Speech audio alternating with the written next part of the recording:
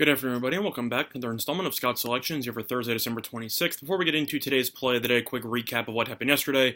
We ended up picking up a winner with the Louisiana Tech Bulldogs as we took them +6, which was available at -110 on FanDuel. The game was one of the ugliest bowl games I've seen. It's probably going to be the ugliest bowl game of the season. Yeah, they won 14-0 outright. I said that you could take a little bit on the money line. I know I personally did. I mentioned in yesterday's video, and they ended up winning outright 14-0. Miami's offense is just, well, I said it was broken going in. It did nothing to provide any optimism moving forward. That offense was absolutely terrible. I do think Louisiana Tech's offense was terrible as well, but their defense shut out Miami, and we were able to pick up a nice winner there. Now, the reason why I originally said I was going to make a video earlier this afternoon, but then I ended up looking at the actual betting card, and I realized I just didn't like anything in the actual games tonight, in the NBA, and in, college football I already gave out, so there wasn't really anything to talk about. So there's a lot more on the card tomorrow, which is why I decided to give out another early look-ahead play of the day on a bowl game tomorrow night, and then I'll give out another play of the day tomorrow as well. But the play that we're going to be talking about is going to be in a matchup between Washington State and Air Force, and that will be in the Cheez-It Bowl. And we like Air Force here, -2.5, which is available on FanDuel at -110.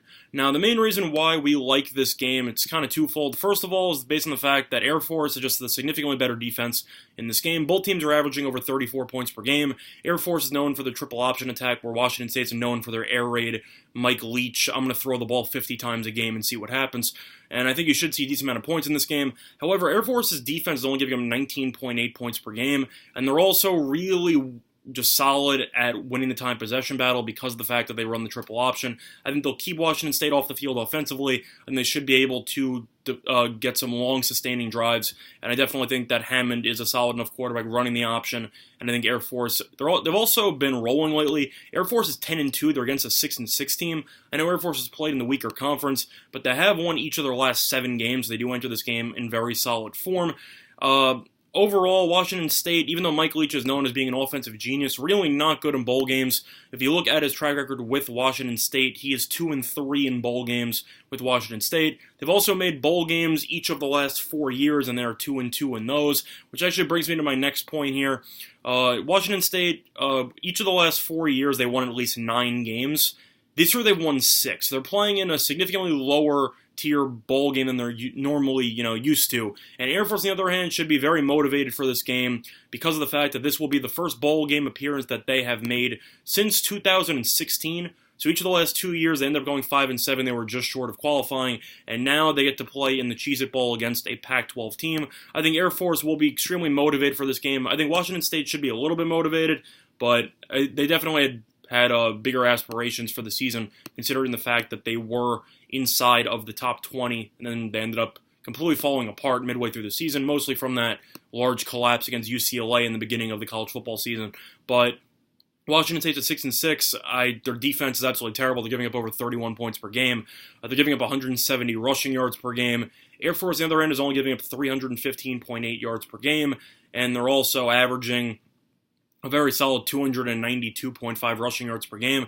I think Air Force will be able to do whatever they want offensively. Washington State, I think, will be able to score a decent amount of points in this game. Gordon, though, even though he is such a very solid quarterback for the system, as he has thrown for over 5,200 passing yards and 45 passing touchdowns, he's also thrown 16 interceptions, which I think is a bit concerning based on the fact that this game, especially with how Washington State plays defense, they're pretty much going to need to score on almost every drive. And I'm a little bit concerned that Gordon might get a little bit too aggressive with his gunslinging mentality, and I think he might throw a couple of interceptions in this game, which could, give Air Force enough of a boost to pull away in this game. This game should be close, but I think Air Force is just going to come out extremely focused, and I think Air Force will be able to get the job done. I think they'll win by at least 3 points. If you want to look towards the total, I'd lean to the over in this game. It's a little bit concerning because of the fact that Air Force likes to play a slower style of, football based on the option, but at the end of the day, I don't think both teams will be getting many stops, and I think this game should get into the 70s. I think Air Force could score 40-something. I mean, Washington State could even score 40-something. This game could be an absolute shootout, but I think Air Force has the ability to win this game in a variety of ways. They can outscore Washington State, plus their defense is still pretty solid. If Washington State needs to win this, their offense needs to score about 40. probably more because their defense is that bad. So for me, play of the day will be on Air Force -2.5, and that line is available at -110 on FanDuel. Other than that, though, not really much else to talk about because of the fact that we'll be doing a thorough leans and a play of the day again tomorrow for the rest of the card. So I'm not really much else to talk about. However, there are a couple of day bowl games tomorrow, so I will give out the leans on those because by the time I make the video, it might be too late. So we're going to dive in with the North Carolina and Temple game, and that will be taking place at noon. And Temple is currently a 6-point underdog in that game to North Carolina. I actually wrote an article about that game for Winners and Whiners, so if you want to check that out, you can.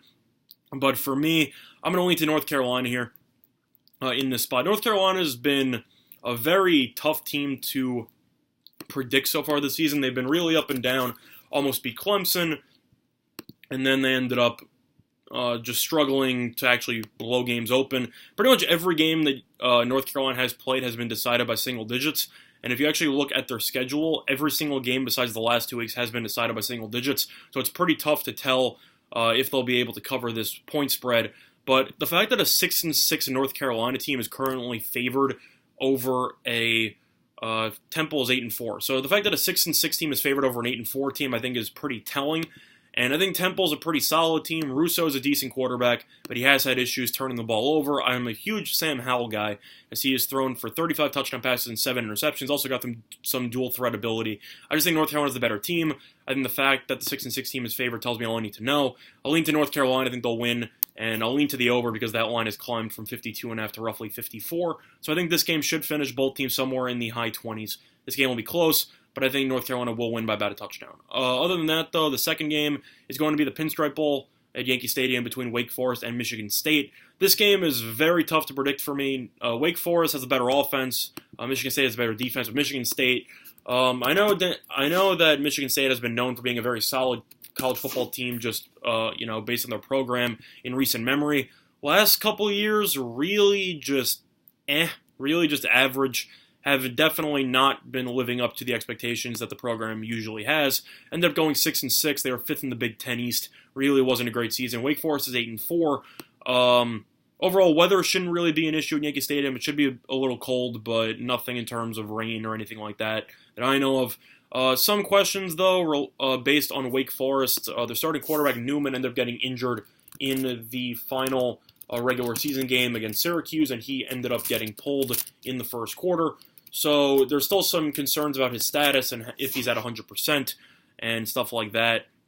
So it is a bit concerning.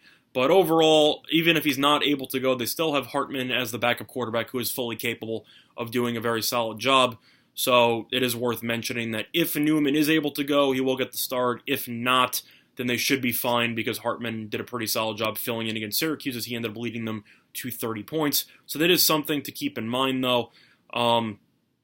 As of right now, Newman is being listed as the starter, but one has to wonder if his leg will act up or if anything will occur there, but that's something to keep in mind. Plus, Wake Forest also ended up losing one of their star receivers over the last couple weeks of the regular season with Surratt, as he is now out, and he was actually a pretty big player on my college fantasy team, but I'm just not a Lewerke guy for Michigan State. He's got 16 touchdown passes, 12 interceptions. He's got some dual threat ability, which is pretty solid in these cold weather conditions. If I had to lean anywhere, I'd lean to the under in this game. It's gone from 48 to 50.5. I think it's gone a little bit too high here. Michigan State's offense just isn't very good, and Wake Forest's offense is pretty good. Michigan State's defense is a very physical group, and I think they should be able to dominate at the line of scrimmage. I think that this game will be pretty low scoring. Kind of a bold call there based on how the line movement's gone. But for me, I'm actually going to lean to Wake Forest here, plus the 4. Michigan State could win this game, but at the end of the day, I think this game will be very close, and I just don't trust Michigan State's offense to score enough points to actually, blow this game open. So I think Wake Forest will hang around. I think they have a good shot at winning it, and I think Wake Forest should be able to cover. So for me, I'll lean to North Carolina, and I'll lean to Wake Forest on the 2 early day bowl games. But the play of the day, once again, will be on Air Force -2.5 in the Cheez-It Bowl, which is available at -110 on FanDuel. Other than that, though, that's going to be the installment of Scott's Selections here for Thursday, December 26th. Good luck to all of you and your respective bets today. Bye, everyone.